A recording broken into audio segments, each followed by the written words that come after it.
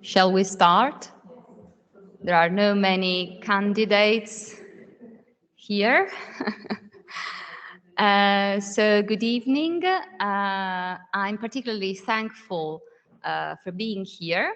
I couldn't, put all the names I'm thankful to, but well, there are many people I would like to say thank you.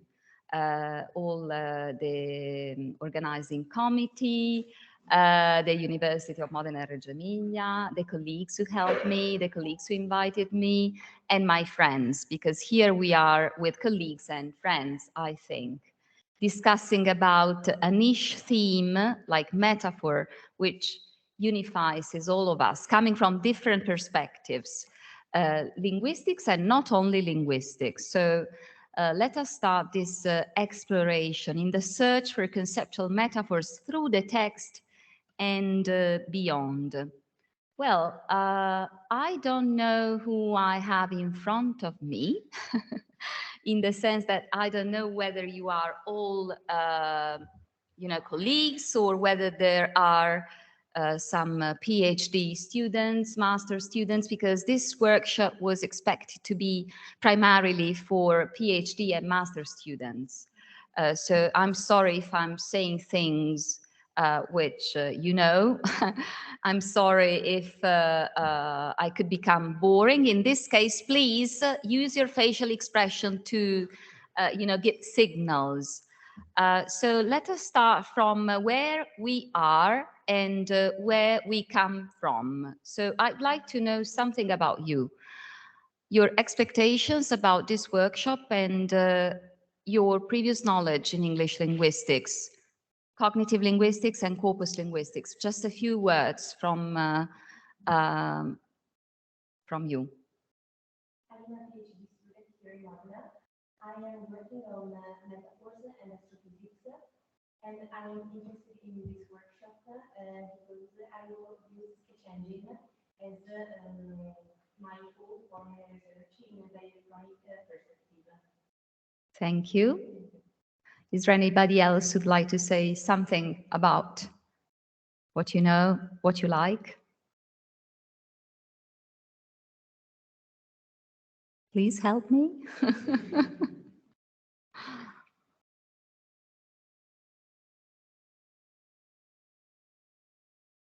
We are not students, so but we may learn something anyway. I'm adjunct professor of Arabic, so for me, metaphors, conceptual metaphors, people discourse analysis are relatively new. Ah, good, relatively new. 2 years. Interesting. Are you all in metaphor studies, by the way? Not all of you. Okay, good to know. Are you all in corpus linguistics? Yes. Okay, so you'll teach something to me, because I'm not an expert at the moment, I would say, in corpus linguistics. I'm more in metaphor studies. I've been using corpus linguistics, to help my research, but I cannot say I'm an expert in digital humanities, because there are people who are, more expert than I am, for sure. So I'll try and do something hopefully useful for all of us. And maybe something new will come out from our interaction and discussion, as I hope. So I'd like to start from some brief introduction about metaphor, because not all of you are in metaphor studies, so maybe it's useful. Then, of course, if you know everything I'm saying, stop me immediately. So literal versus metaphorical meaning. Let us start with a few examples taken from George Lake of 1993. You might know him. He's among the most famous scholars who's tried to change the theory on metaphor back in the 80s to, transform metaphor from being a trope to being a mode of thought, basically. So in his examples, he put these sentences. Please take a look at them and tell me what you notice at first glance. The balloon went up. The cat is on the map. Our relationship has hit a dead-end street.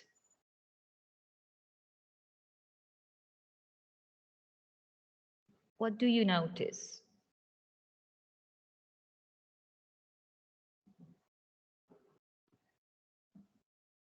For example, the first two sentences are clearly literal, in lack of any further context, of course, because we could always have, specific context in which, and co-text in which even the balloon went up could become metaphorical. But in lack of any specific context, they are clearly literal. What can you say about our relationship has hit a dead-end street instead?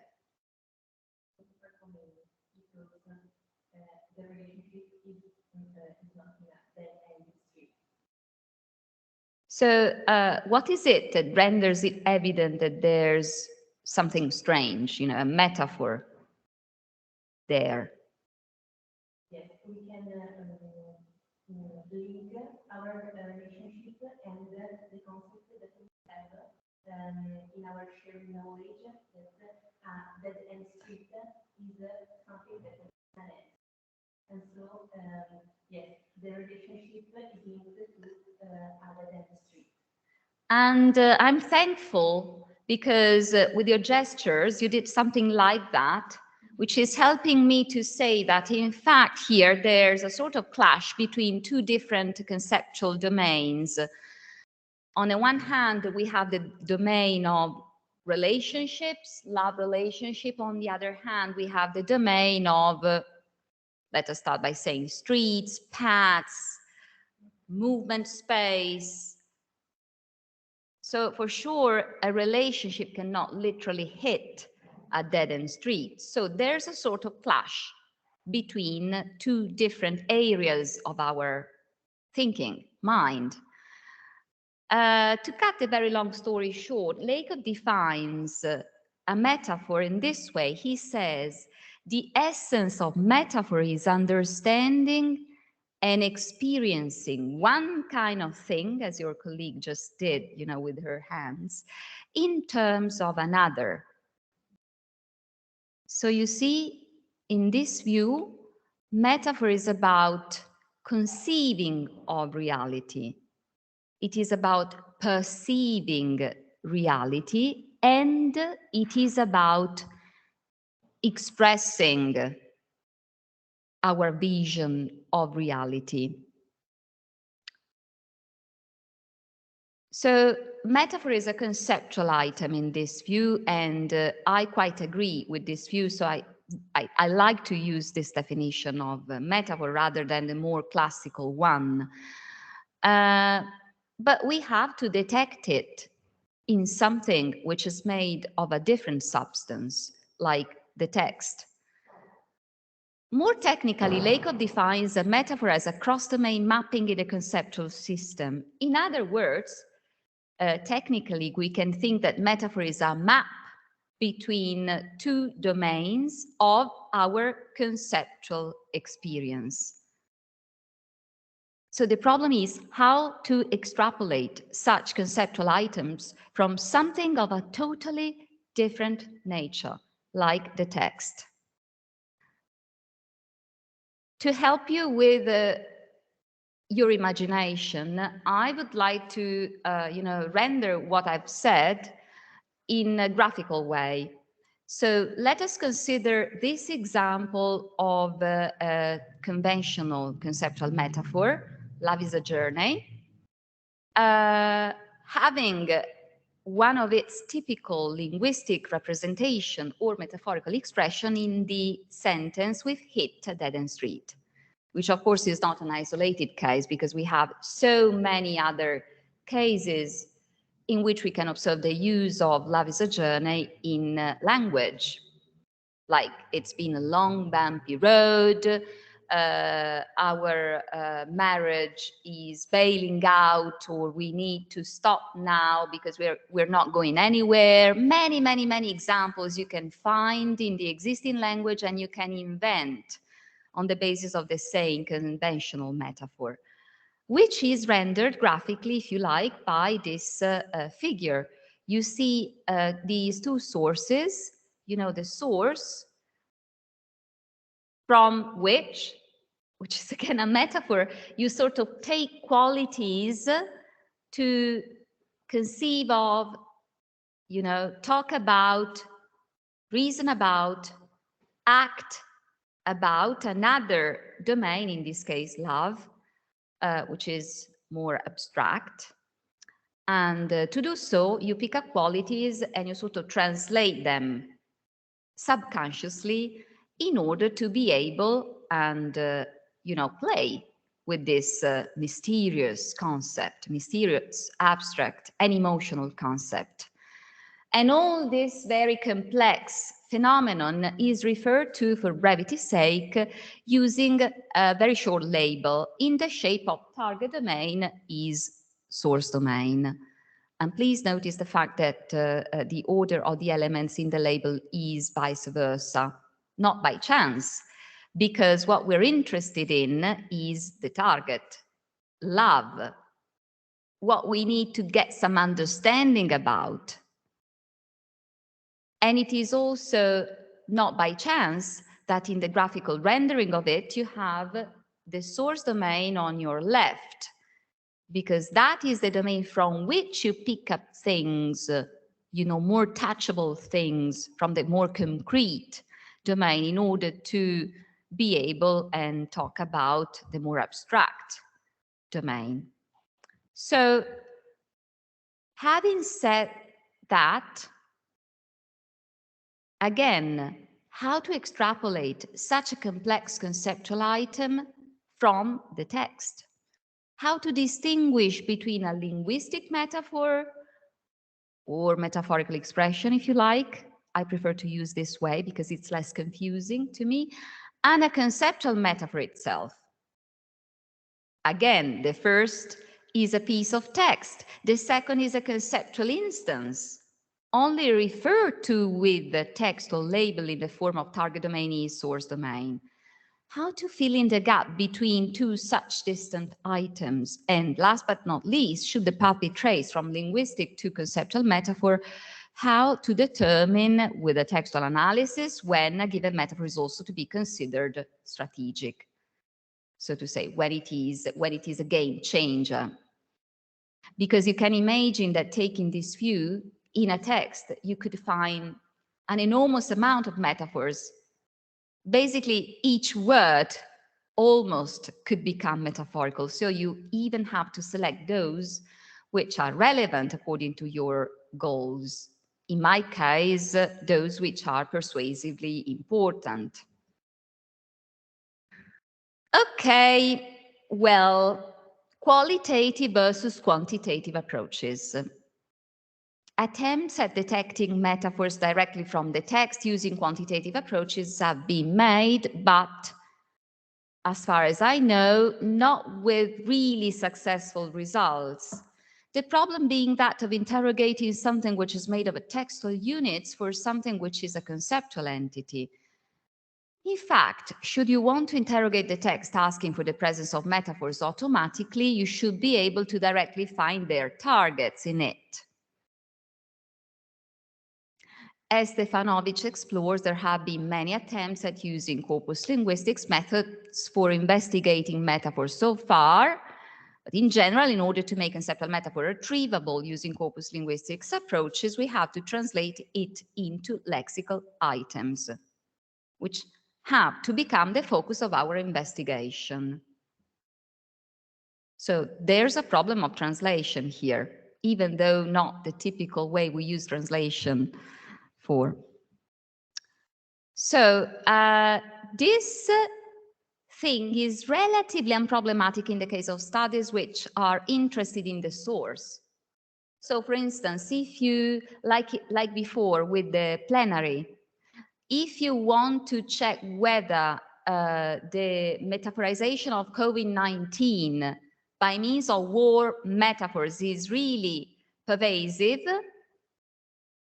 you search for war and synonyms in the corpus.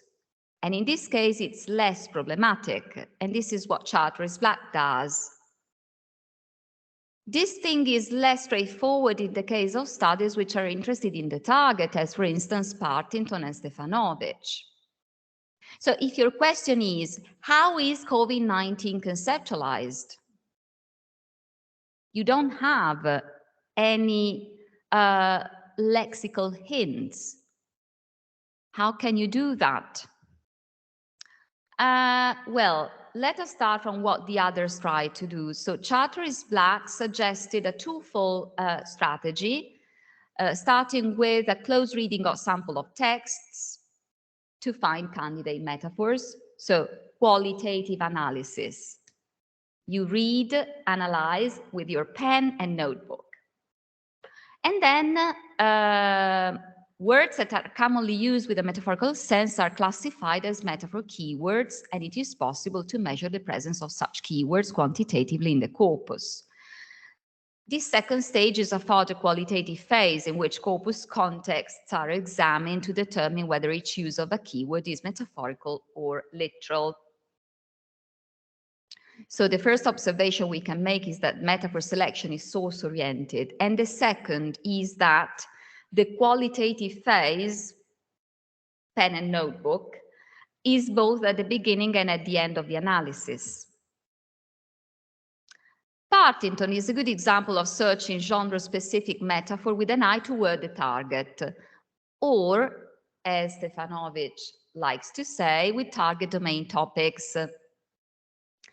Partington devolves the trigger of the analysis to quantitative keyword selection rather than to the qualitative analysis of samples of text, which intervenes afterwards.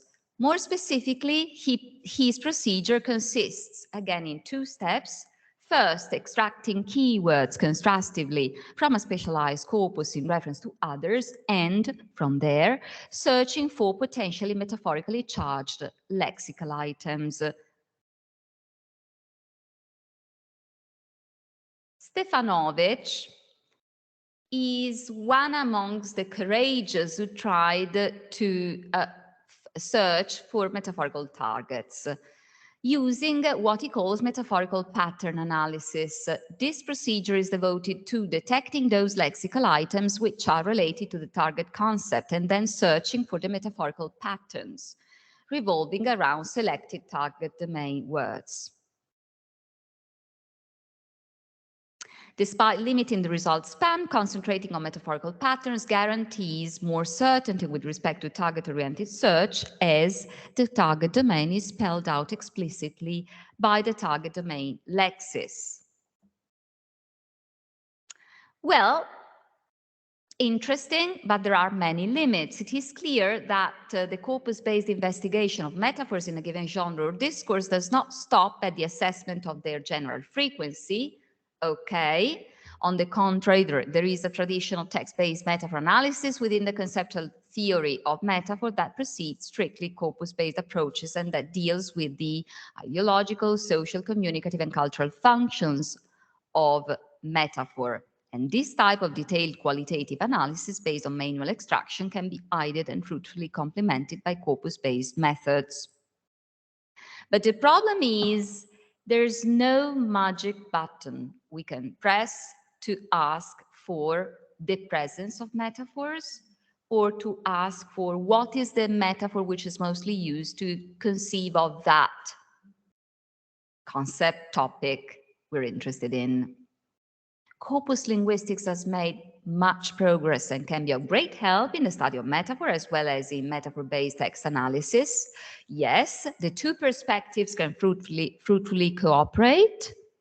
For example, starting from operational keywords to raise the first discursive observations before shifting to the other levels of the analysis. Yes. But depending on the analysis criteria, qualitative reading of the text samples is sometimes needed in order to start the analysis. What is certain is that there is no way, as for what the research advancements have offered at present, to click a button and ask for metaphors extraction directly.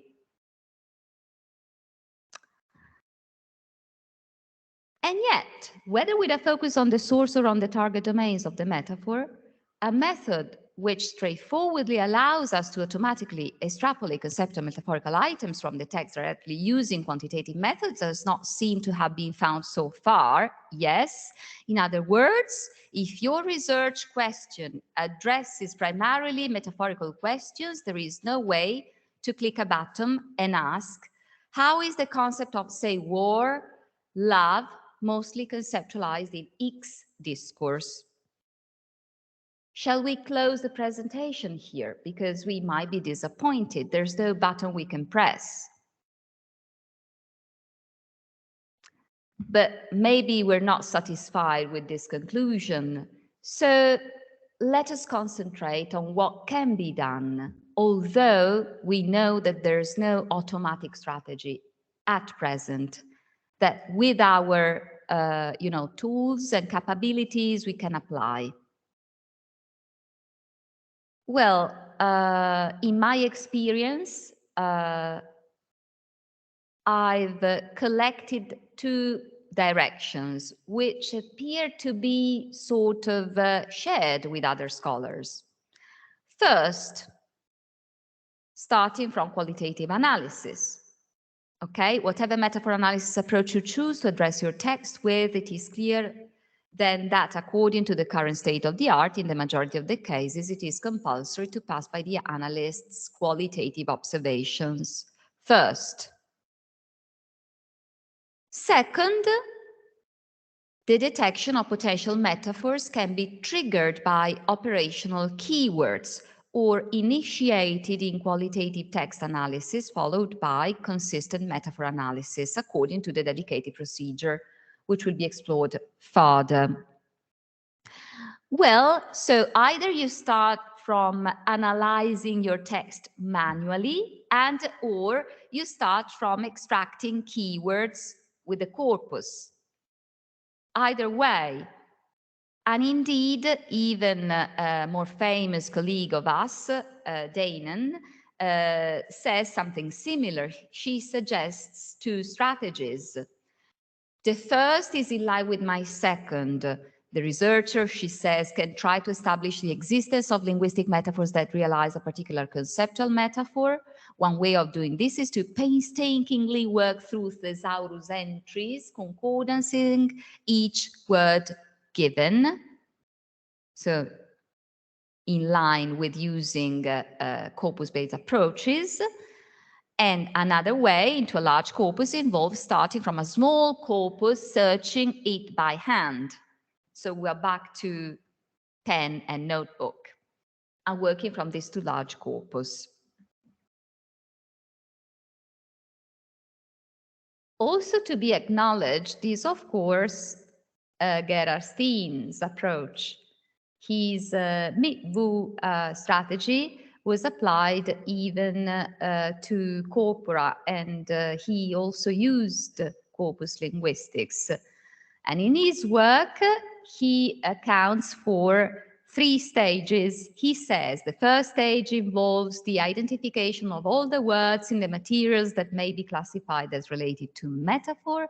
The second stage looks at the conceptual nature of the metaphors expressed by the metaphor-related words. And the third stage concentrates on linguistic and discourse properties of the metaphor-related words in order to describe patterns of distribution and functions. And what is interesting here is that the materials were taken from a sample of the BNC baby, taken from the actual BNC, which gives me the chance to shift to the practical, so to say, part of this workshop. What is love? A practical exploration with Sketch Engine. I don't know whether you have your laptop with you, access to Sketch Engine. So if you like, you could help me with this, attempt. So the idea is, I want to know how is insert a concept of your choice. I chose love, but you could choose another one. Conceptualized, and here you can insert a context where you want to collocate your search. And of course, a textual place, which you consider to be representative of that context, where you want to search for your concept. For example, in my case, I want to know how love is conceptualized in the British culture. And I decided that I wanted to consider the BNC as representative of the British culture, despite the limited time span. Why love? In my case, so I'm like you at the moment, okay? I'm like a participant, so to say. In my case, well, because I want to know what love is, and because I don't know what love is yet. And also, well, love is a concept which has been broadly discussed in cognitive linguistics, and we know many of its possible conceptual metaphors, among which one of the most famous is love is a journey. So we can make, provisions, hypotheses. So that is the real reason why I chose love as a concept of search. Do you all have Sketch Engine in front of you? So what can be done with Sketch Engine? If you go in the first page, you see many tools you can use. So would you like to help me? What can you see so that I do not have to shift at the moment? You see word sketch, word sketch difference. Mm-hmm. Word list, engrams, keywords, also concordance, text type analysis, and one key dictionary. Okay, yes. If you like to do the same, yes. You could even, for example, search for, I don't know, the concept of choice, for instance, in another contextual and textual domain. So it depends. If you want to do the same job as I'm doing, you do with love and BNC now. If instead you want to try this with something else, you're free to do that, and you'll let me know what you find. So what's your choice? Would you like to do the same, or would you like to do something different? Maybe you have special, specific interests at the moment. So, okay. So let us try with love. If there's anybody who's trying with something else, could you please let me know? Okay.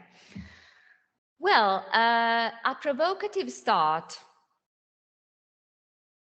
Let us see the company that the word love keeps from the hero's perspective.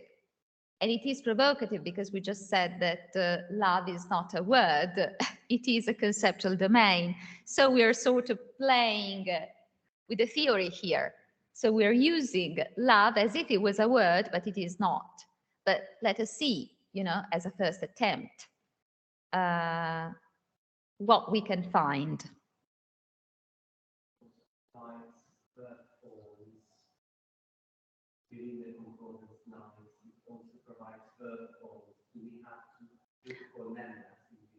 Use a simple search to start with, unless you're very, expert in search engine, in which case you can suggest advanced searches.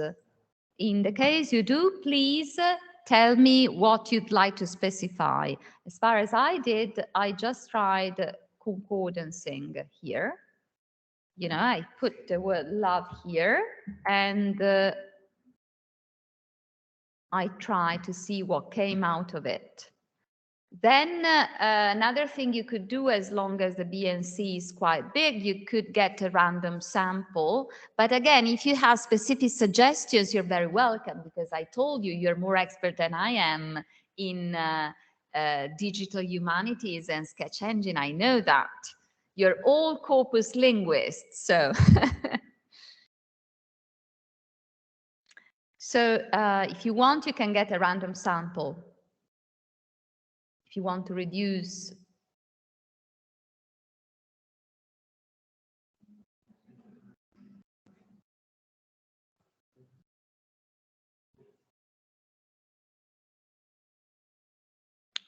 So, are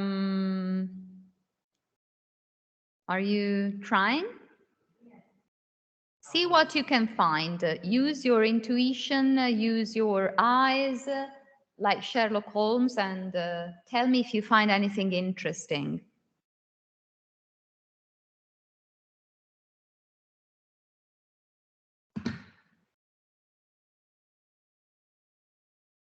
For afterwards, if we have time, we will try to use word list and engrams, and we will try to play a bit with the thesaurus to do some sort of topic modeling and then keywords.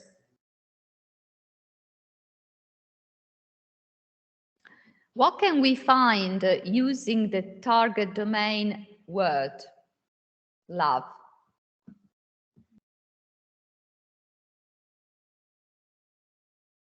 Well, here you are some of the examples that I found as interesting here and there. You know, I found things like, yes. Wow! Yes, is that your sentence, literally? Love is blind. Well, that's very interesting. Could you please have it sent to me afterwards? I would be very fantastic. Well, if you can, I'd be grateful if you could take notes of your results, you know, saying the step you're working with, because, you know, that could help my research about love, of course, not about conceptual metaphors. Well, love is blind and deaf. What else? I tried that I'm not really good at identifying metaphors.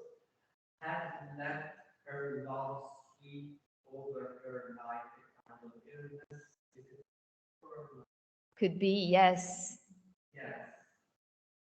I repeat. Had let her love sweep over her life. It's a majestic metaphor. Love sweeps over.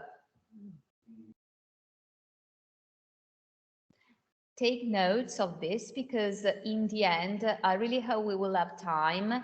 You can analyze what you found and what you hypothesize as being a literal, linguistic metaphor, using the procedure to extrapolate, which is the vice versa procedure, to extrapolate conceptual metaphor from the text, qualitative analysis. So take notes of your expressions, and then you can try the procedure to see if it is a metaphor and what conceptual metaphor is associated with it. I have another example. Love grows colder. Very metaphorical, I would say.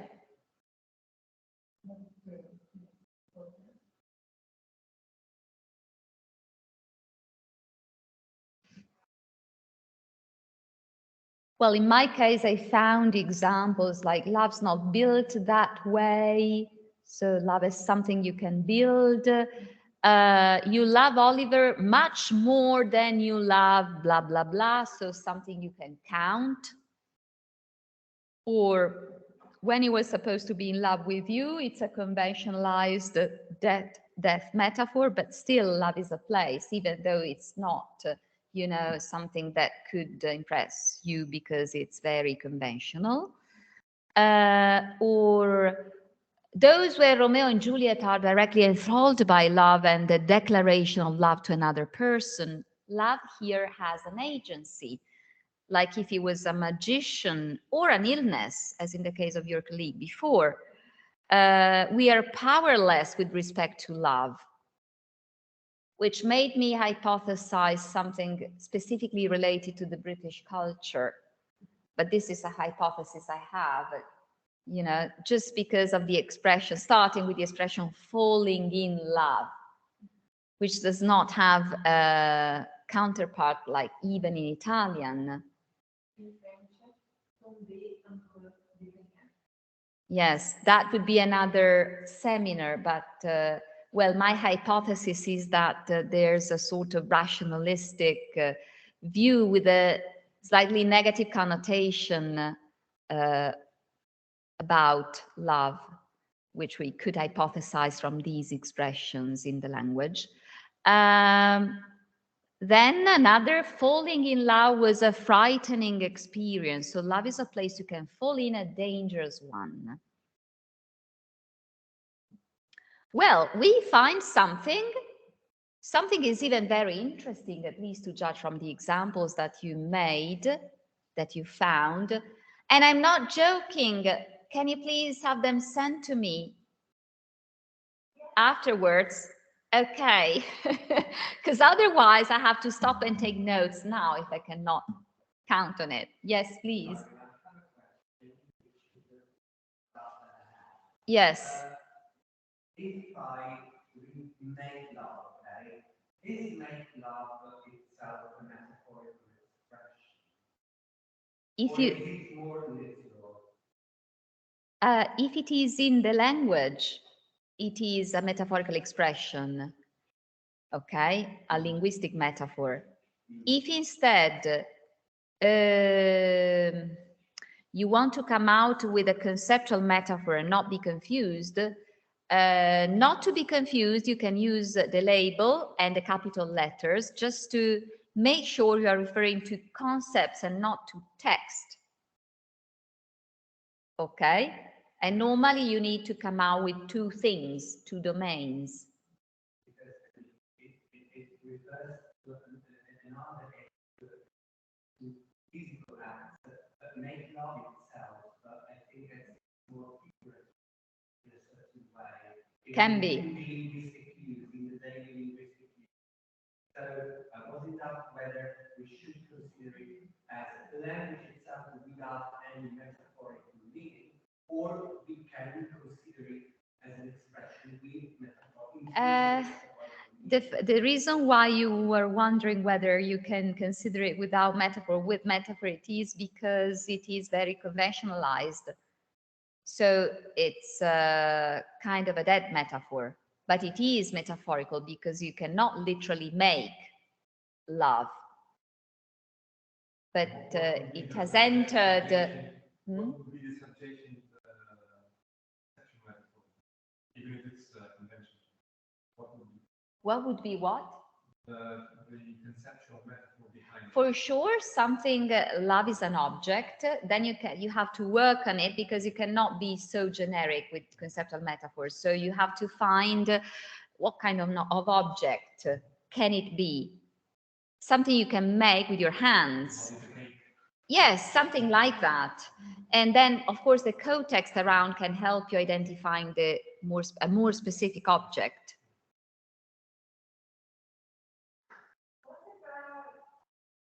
Love affair. Love affair in the text? Yes, I'm trying to words of love affair. Yeah. That means because you have affair that can say mean love affair already. But you have also affair that comes from the investment domain, right? Okay. So when they're put together, what's the line? When is it an expression and when is it a metaphor? It is a metaphor. In general, something is a metaphor when you are picking concrete qualities, for example, to express something which is abstract. In this case, it's more subtle because both meanings are, so to say, abstract. So I don't think it is, I mean, one is a metaphor of another one, of the other. In general, you identify metaphors wherever, either in text or in language use, if there's a clash, there's a clash between two kinds of semantic areas or areas of experience. Areas of experience. Don't think of two semantic areas because otherwise you would be confused with two different discourses in the language, in the text. So yes, you have to refer to metaphor according to this view when you are using two different domains of experience, which is very often the case, by the way, because all the times we're talking about emotions and abstractions, we are in need of metaphors. The number of cases in which we do not need metaphors are limited because they are only when we are referring to concrete experience, which in our life is the minority of the cases, because we are complex human beings talking about abstractions, emotions, and rarely talking about things which we can touch.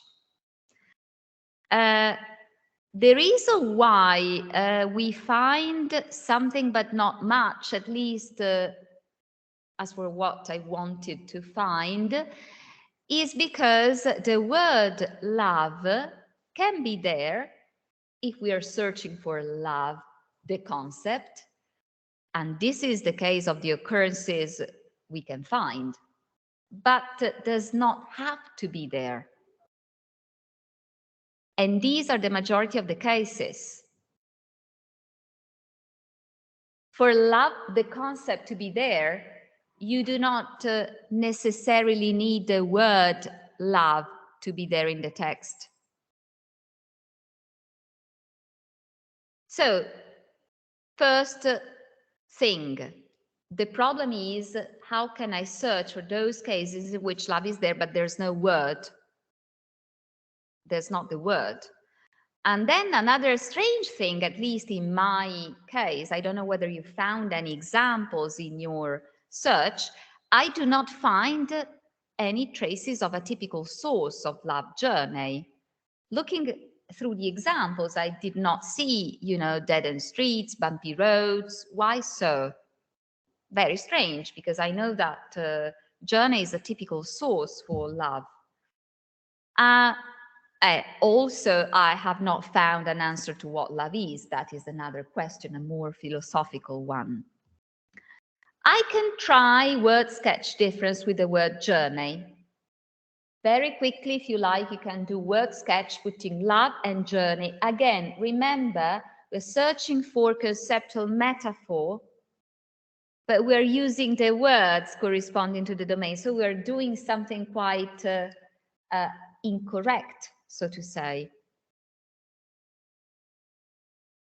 If you like, you can do that and see what you can see. Any interesting results?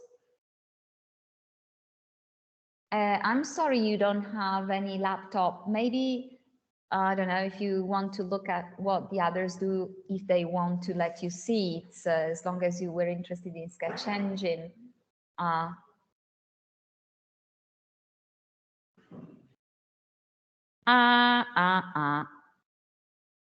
Any interesting observations by using word sketch difference?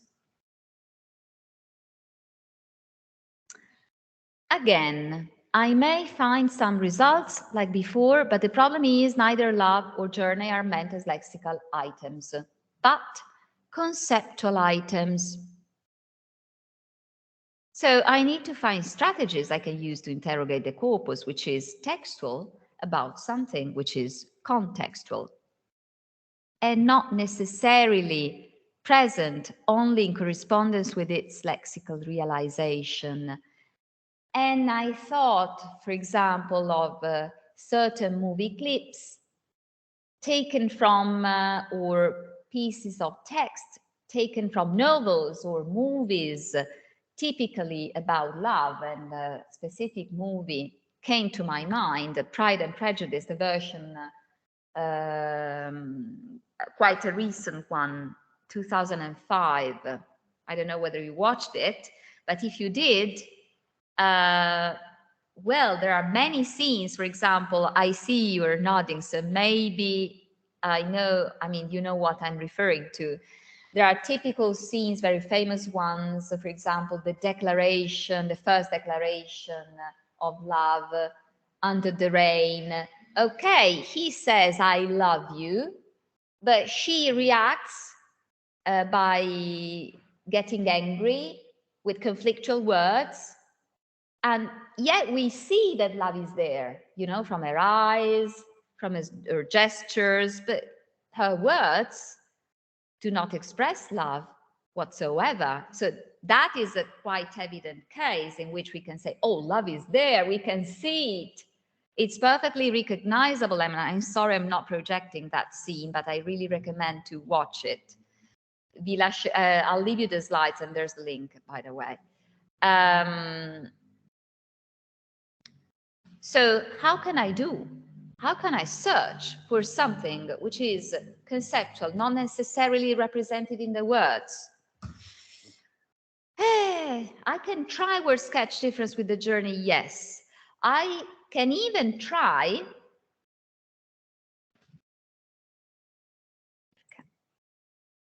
other strategies like topic modeling.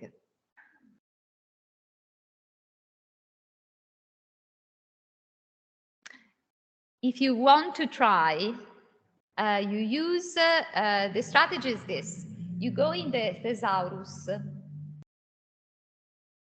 The problem is I'm running out of time here, but basically what you have to do is you take the thesaurus and you put, for example, you put love, and you find a number of synonyms, okay? You select, just to try, you select some of them, of course, the ones that inspire you most. In my case, I took feeling, I think desire, relationship, and marriage together with love. So to create a cluster of words related to that topic, not just one. You create a list of those words separated by a bar. You go back to concordance. You do advanced search. And instead of searching for just the word love, you put love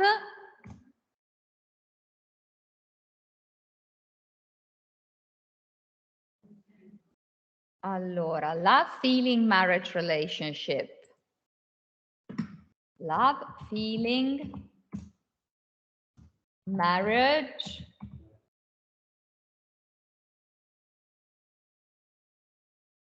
for instance, and then you filter the context. So it's a bit complicated, but again, you go in filter context, you put lemma context, and you select here any. And here you insert, you do the same with thesaurus and journey. Okay, you come out with a list of words pertaining to journey. In my case, I came out with go, flow, move, arrive, pass, stay, run, move, return, spend.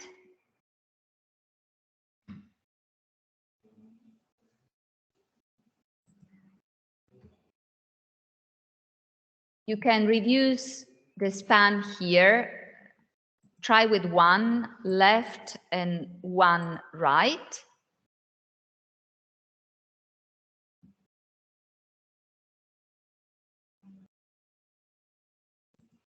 And then you go. And this could help you, you know, searching for domains, because instead of searching for single words, you searched for groups of words pertaining to love together with a group of words pertaining to journey and traveling. Yes? After the option filter context. Yes. Context and of joining one token left and right. The problem is that it doesn't appear the button verb.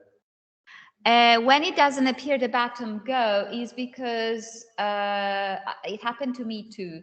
I tried again, I retyped the elements and it functioned. So maybe there's some symbol that is not working, or maybe you didn't put any.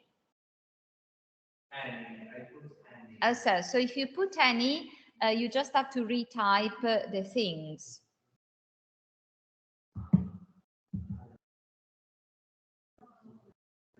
Did it work?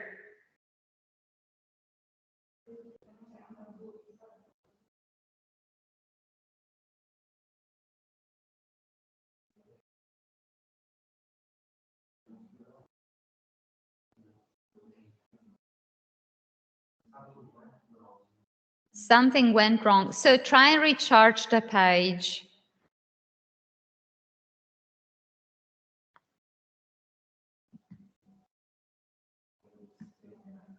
Any go, flow, move, arrive, pass, stay, run, move within one left, one right, and it should work.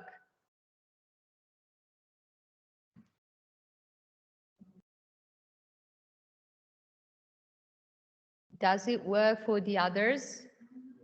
Okay. So I'm sorry if I have to go on, but otherwise I'm not coming to any point here. And already I'm disappointed because I haven't found any answer to what love is. So please, I need to at least be able and come to a point with my presentation. Okay. Well, using this strategy of topic modeling, I found something like keep our relationship going. So you see there's a relationship going, which seems to reflect love is a journey. Then when a marriage or relationship is going wrong, never being deeply in love, again, marriage going wrong, walk out of a marriage, I found. I also tried vice versa. So putting, the cluster of lemmas related to journey in the search, and then the cluster of lemmas related to love as a reference, as a context. Yes, I found something, last two examples, but however, I haven't been really satisfied. Then I thought, okay, because we are not covering all the possible synonyms, because of course we're selecting just, a few words. If we could use all the possible synonyms, not necessarily we need to have elements of love in the sentence. So even if we had the chance to cover all the possible synonyms, which would be, well, not really worth it because, you are, again, doing a very big job, a very big qualitative job, even if you're using a quantitative method. But even if, the problem is you do not have necessarily elements of love in the sentence in order for the sentence to be about love. So, back to our two strategies. Do you remember we said qualitative analysis as a starting point and or keywords? And in order to find keywords, as you might know, you need to have a reference corpus. So what can we do? Remember that when you have results, you can always double check your qualitative analysis in the corpus. So even if you start from a qualitative analysis and then you go to the corpus, you can go back to qualitative analysis, but you can even do that vice versa. You start from the corpus, you come out with qualitative analysis, and you double check what you found in the corpus. Keyword extraction, last but not least. So I personally tried keyword extraction, BNC versus N1010. No interesting items.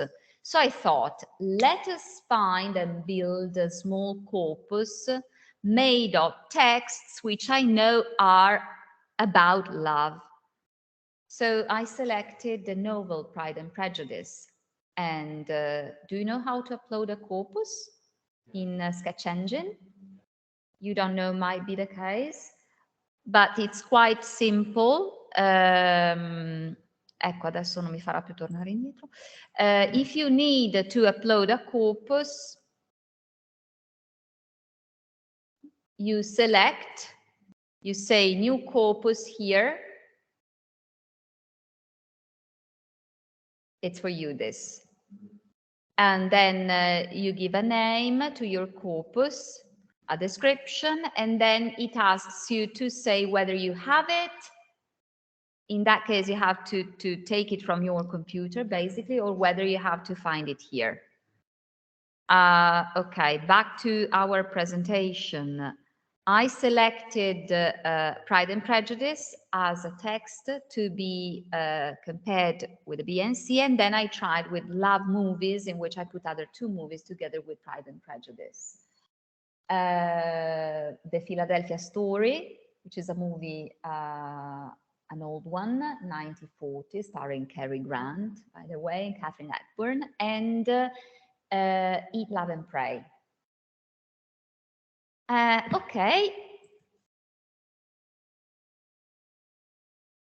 Remember, the word love can be there, but does not have to be there when we're dealing with love.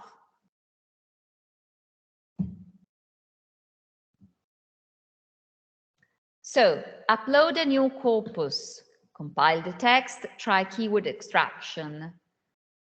Well, in selecting the content words, when I did it, among the keywords, ve lo vorrei anche fare, I'd like to let you see that thing. Keywords.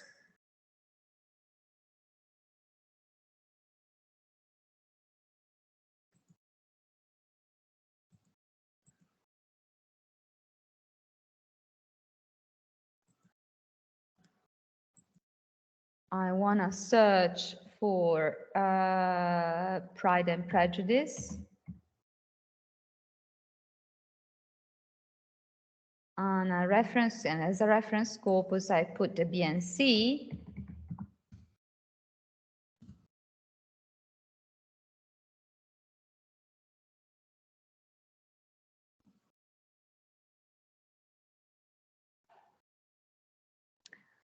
So of course you find many keywords related to the characters, but then you might find among the first ones things that are interesting. In my case, I selected amiable, which was among the first content words, excluding the names of characters, cities, places. And I found something interesting, this sentence. I do like him, she replied with tears in her eyes. I love him. Indeed, he has no improper pride. He's perfectly amiable.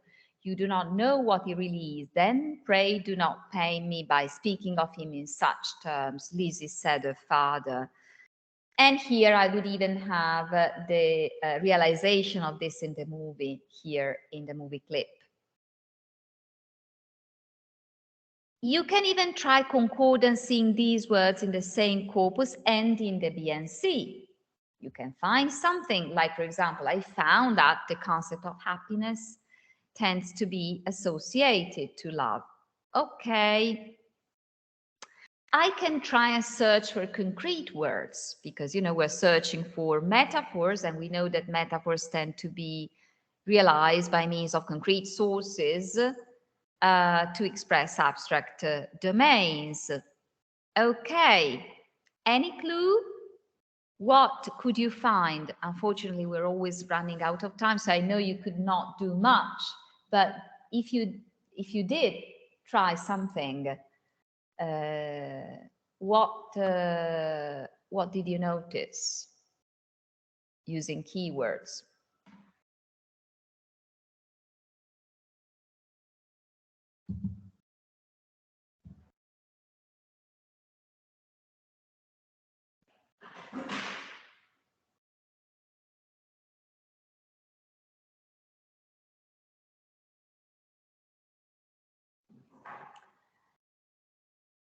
As a gift, in case you found any sentences and you are in doubt whether you have to consider them as metaphorical expressions or linguistic metaphors, and you don't know how to do it, you can, at least I use this strategy. So you select your sentence, which is textual. So it's language made. And what you have to do, because you know you need to find those two balloons, those two domains. So what you search for at the beginning, you search for the focus, which is not the theme. The focus is the word or the words signaling the presence of a clash. So do you remember the initial sentence, "We've hit a dead-end street"? In that case, which word do you think is a focus?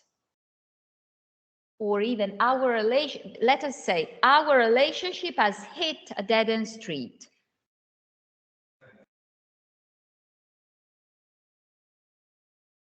Is that the word that signals the presence of a clash?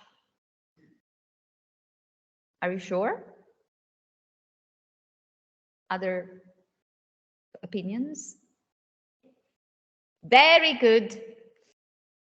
Hit is a word that does not appear to be significant in terms of content, but it is hit that signals that there's a clash, because a relationship cannot literally hit a street. Hit is the focus in this case. The focus allows you to identify that there's a clash. So you underline hit, and then you ask yourself, okay, so what are the two clashing domains here? Not necessarily relationship and street. These are words, okay? You have to find the conceptual references.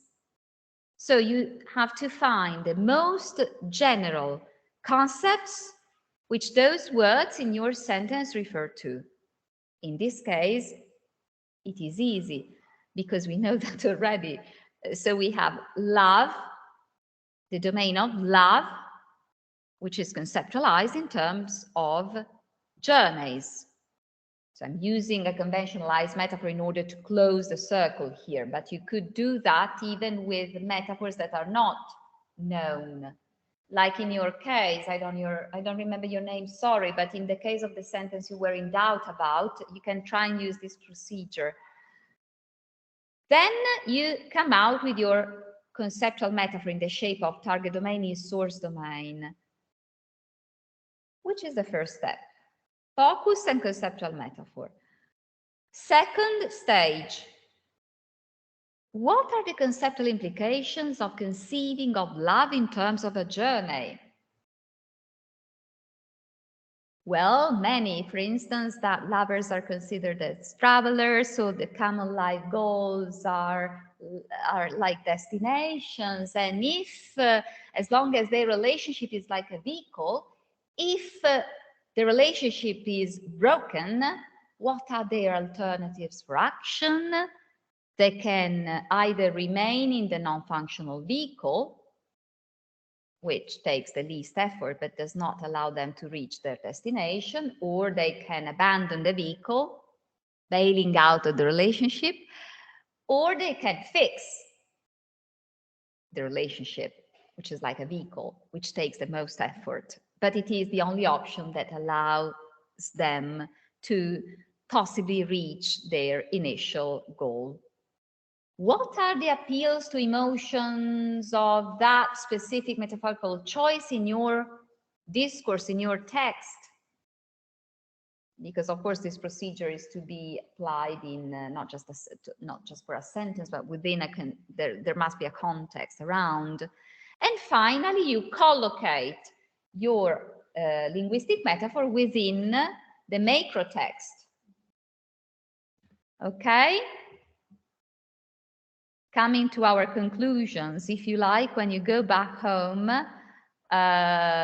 you can go back from linguistic to conceptual metaphor and back with this exercise, metaphor crafting, which you can do afterwards. Invent new sources to conceptualize love. So love is think of another domain of experience, which is not journeys. And then try and produce metaphorical expressions corresponding to your new metaphor. If you like, when you want to send me what you found in Sketch Engine, you can even add this if you want. And this allows me to conclude. In this journey, very brief one we made from conceptual to linguistic metaphor and back,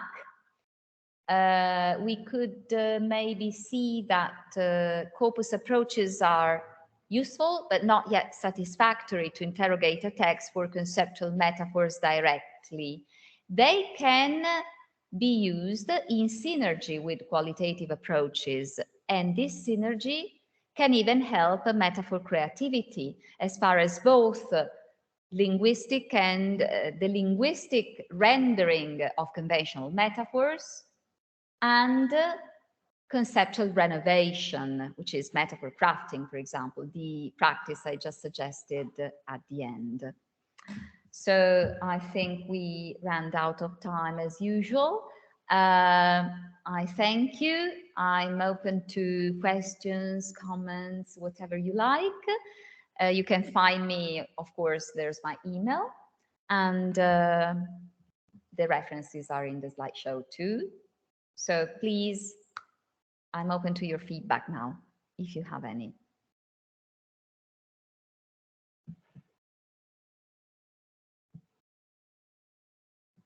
Let us see if there's anybody who's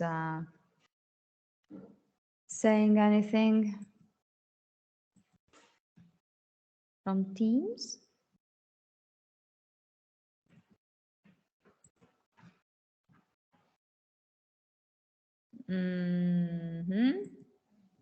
Nobody? Okay. Then if there aren't any comments, well, I hope that something was of help, and I hope I've been clear. Thank you.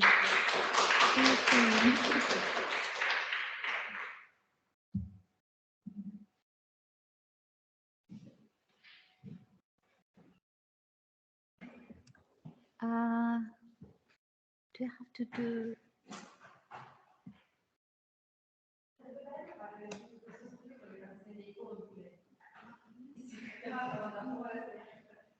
We can try. Maybe they can answer us.